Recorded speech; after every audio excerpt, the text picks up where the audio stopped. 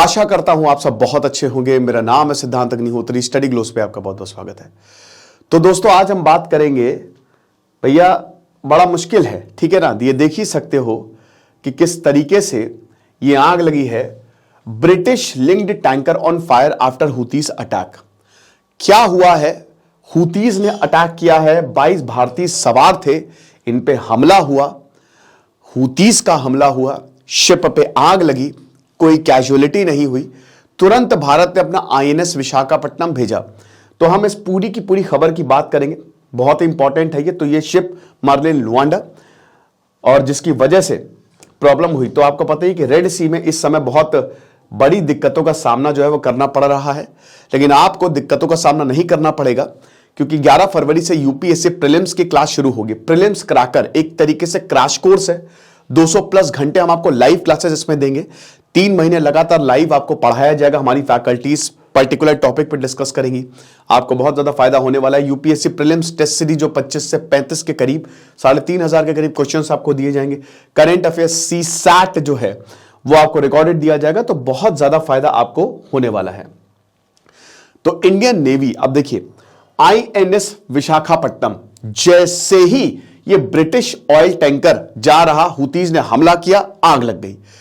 अगर ऐसा होता है तुरंत सिग्नल्स भेजे जाते हैं, जिसको डिस्ट्रेस कॉल कहते हैं।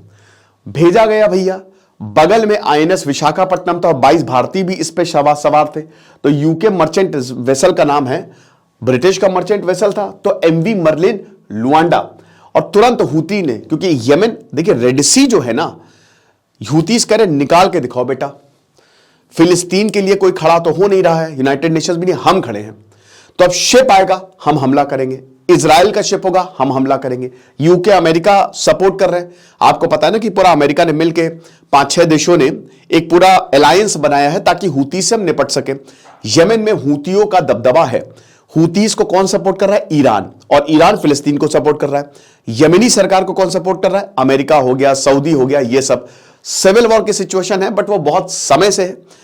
प्रॉब्लम यहां पे ये है कि अभी यमन का अच्छा खासा हिस्सा हुतियों के कंट्रोल में है।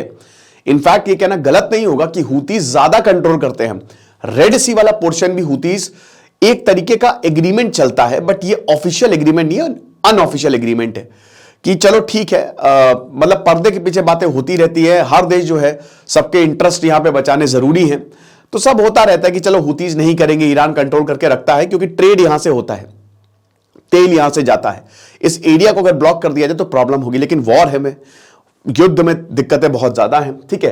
तो अब हुतीज ने यही बोला कि भैया यहां से कुछ भी जाएगा, इजराइल से लिंक होगा तो हम तो हमला करने वाले, रोक सको तो रोक लो।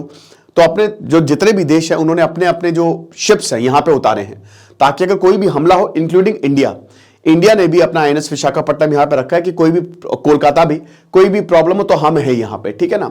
तो ये चीज है। तो अभी वही है कि यूके का एक शिप एमवी लुआंडा जो है वो जा रहा था, हुतीज ने हमला किया, 22 इंडियंस थे। अच्छा है, कैजुअलिटी बच गए, नहीं हुई, और प्रॉब्लम हमको देखने को मिली है। तो जो फायर फाइटिंग एफर्ट्स है यहां फिर हुआ। So on board the distressed merchant vessel is being augmented by the NBCD team along with fire fighting equipment deployed by INS Visakhapatnam. तो जैसे ही आपने देखा ना, तुरंत जो है जो भी एमवी लुआंडा का क्रू था, ये तो मर्चेंट वेसल है भाई। देखो 2 तरीके के वेसल्स होते हैं। मर्चेंट नेवी आपने नाम सुना होगा, बड़ी बड़ी शिपिंग कंपनीज होती हैं। मर्चेंट वेसल्स क्या होते हैं? बिजनेस पर्पस के लिए। जैसे सिद्धांत अग्निहोत्री जो है वो बहुत बड़ा असाइनमेंट, स्टील हो गया, तेल हो गया, या कुछ भी हो गया, अगर मान लो किसी और देश तक से ईरान तक पहुंचाना चाहते हैं, तो मैं एक कंपनी, जो शिपिंग कंपनी, उसको कांटेक्ट करूंगा। आपने बड़े बड़े कंटेनर्स देखे होंगे ना, ठीक है ना। वो कंटेनर्स में मेरा सामान जो है वो लोड होगा, शिप पे जाएगा, और उसके बाद वो वहां तक पहुंचा देगा। मर्चेंट नेवी होता है, बाकी डिफेंस के लिए, ठीक है, जो नेवी जो है वो हम करते हैं। तो उसके बाद फिर तुरंत आईएनएस विशाखापट्टनम जो है वो गया और यहां पे आग बुझाई। हुतीज ने मिसाइल अटैक किया, ये आप देख ही सकते हैं, ठीक है ना। तो प्रॉब्लम बहुत ज्यादा है यहां पे। दिक्कतें ये है कि यहां से होते हुए सब कुछ जाता है। और भैया ये कैपिटल है सना, इस एरिया में पर्टिकुलर जो है वो हुतीज का दबदबा है। और अभी तो आप यहां से निकल जाओगे, एक तो ये है आपका, ठीक है, यहां से निकलता है तेल, और बाकी गल्फ कंट्री से यहां से जाता है। तो ये 2 रास्ते हैं। अब इस रास्ते को अगर ब्लॉक कर दिया तो ये ज्यादा इंपॉर्टेंट रास्ता है क्योंकि अफ्रीका से भी होते हुए जाता है ना। तो अगर इसको ब्लॉक, ये हॉर्न ऑफ अफ्रीका है, सोमालिया, ठीक है, जहां पे आपको पायरेट्स देखने को मिलेंगे। ये वाला एरिया बड़ा वल्नरेबल है। पहले सोमालिया जो है ना, इसको हम ईस्ट अफ्रीका कहते हैं, ईस्टर्न अफ्रीका। यहां पे बहुत बड़ी प्रॉब्लम होती थी। यहां पे जो पायरेट्स हैं वो क्या करते थे, क्योंकि ये पूरा ट्रेड यहां से होता है, तो वो शिप्स पे अपना मतलब शिप्स को किडनैप कर लेते, खूब पैसा मांगते थे। बाद में सोमालियन सरकार ने बोला कि भैया देखो, हम फेल्ड स्टेट है, हमसे ना हो पाएगा, तुम्हारे पास है अगर शिप तो तुम यहां पे ले आओ, हम कुछ नहीं कहेंगे। तो हुआ क्या कि जब सोमालियन सरकार, क्योंकि भाई ये टेरिटरी सोमालिया के ही अंदर आएगी, पर सोमालिया सरकार ने देशों को बोल दिया कि आप यहां पे अपनी शिप लगा लो, क्योंकि हम तो प्रोटेक्शन नहीं दे सकते। तो इंडिया हो गया, ब्रिटेन हो गया, यूएसए हो गया, उन्होंने अपने अपने शिप्स जो है वहां पे लगा लिए। तो अब फिर पायरेट्स यहां पे कुछ नहीं कर सकते थे, क्योंकि भाई बाकी जो देश की आर्मी और नेवी एफिशिएंट है बहुत ज्यादा। तो फिर सोमालियन पायरेट्स का दबदबा एकदम खत्म हो गया, ठीक है। तो अब यहां पे ट्रेड आसानी से हो सकता है। अब प्रॉब्लम उधर वेस्ट अफ्रीका में है, वेस्ट गिनी साइड। वहां पे जो अफ्रीकन देश है वो तगड़े हैं, नाइजीरिया स्पेशली, तो वहां पे तगड़े हैं। वेस्ट गिनी हो गया, नाइजीरिया हो गया। तो वो कहते हैं कि भैया कोई यहां पे देशों का शिप नहीं आएगा, पायरेट्स करते हैं तो करें, हम हमारी टेरिटरी तो इस पे हम शिप्स नहीं आने देंगे। तो अब पायरेसी वहां ज्यादा बढ़ गई है, पायरेट्स ऑफ द अफ्रीका, ठीक है। तो इसीलिए इस पूरे के पूरे एरिया को ब्लॉक करके, ब्लॉक तो नहीं लेकिन हाँ, ब्लॉक तो नहीं कर सकते, लेकिन हाँ प्रॉब्लम क्रिएट की हुई है यहां पे कि शिप जाएगा तो मारेंगे हम।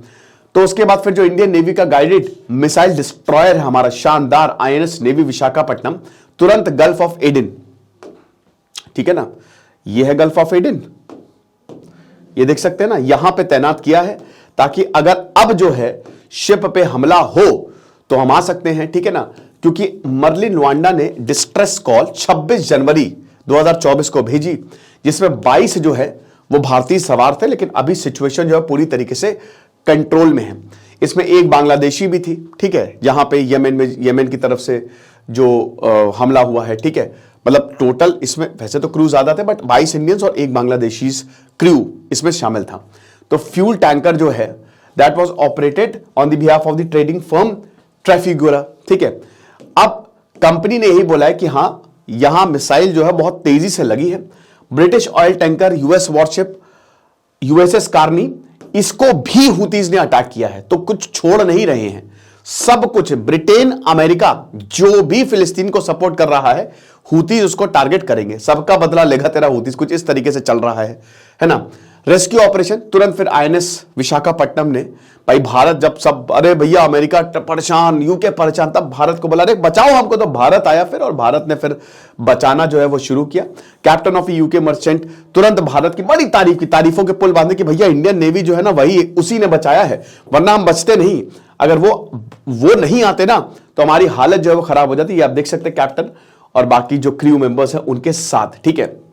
तो एमवी मर्लिन लवांडा को हुती रिबल्स ने अटैक किया और टैंकर जो है वो बहुत तुरंत उसने आग जो है वो पकड़ ली, लेकिन बच गए। इंजरी हुई है लेकिन बच गए, ठीक है। तो ये चीज है। तो आप देखेंगे दोस्तों आगे क्या होता है। सिचुएशन तो अभी काम डाउन तो है, हो नहीं रही है ना। कार्नी का अटैक जो था वो पहली बार एक अमेरिकन वॉरशिप को डायरेक्ट हुतीज ने टारगेट किया है। ये कोई अच्छी बात नहीं है, डायरेक्ट टारगेटिंग हो रही है ना। कोई दुश्मनी नहीं, मतलब आप दुश्मन के दुश्मन हमारा दुश्मन, मतलब दुश्मन का दोस्त हमारा दुश्मन।